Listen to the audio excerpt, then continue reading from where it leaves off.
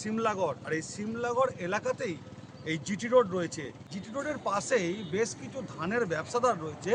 তারা করছে কি, প্রচুর পরিমাণে ধান এই রোডের পাশে শুকোতে দিচ্ছে।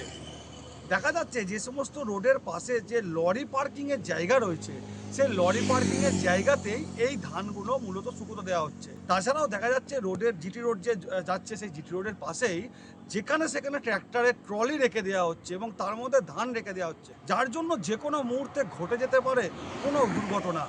এমনটাই দাবি করছে এলাকার স্থানীয় মানুষজন।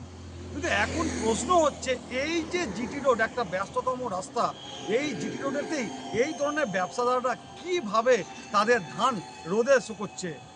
কারণ এই রাস্তা দিয়ে বিভিন্ন পঞ্চায়েতের লোক থেকে আরম্ভ করে বিভিন্ন পঞ্চায়েতের আধিকারিক, জেলা পরিষদ বলুন, এদিকে পান্ডুয়া পঞ্চায়েত সমিতির বিভিন্ন আধিকারিকরা যাতায়াত করে, কিন্তু তাদের চোখের সামনে এইভাবে কিছু ব্যবসায়ী তারা এইভাবে রোডের ওপরে ধান শুকো দিচ্ছে, যা নিয়ে সিমলাগড় সহ পান্ডুয়ার বেশ কিছু মানুষ প্রশ্ন তুলছে। প্রশাসন ব্যাপারটাতে খুব উদাসীন দেখেছি।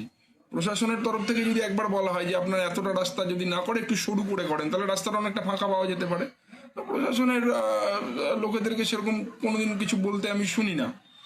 তো যাই হোক, আমাদের চোখে পড়েছে, ব্যক্তিগতভাবে অনেক চাষিকে বলেছি যে এতটা জায়গা না করে যতটা সরু করে করা যায় সেটা করুন, যাতে দুর্ঘটনা না ঘটে। রোডের ওপর ধান দিচ্ছেন, কি ব্যাপার? সবাই দিচ্ছে, আমরাও দিচ্ছি। সবাই দিচ্ছে মানে কারা দিচ্ছে? আর চাষিরা দিচ্ছে। আচ্ছা, এখানে চাষিরা ধান দিচ্ছে। আচ্ছা, এই সব চাষির মালটা কি আপনার? আমার কোথায় হবে? আমি তো আপনি তো বলছেন আমার ধান।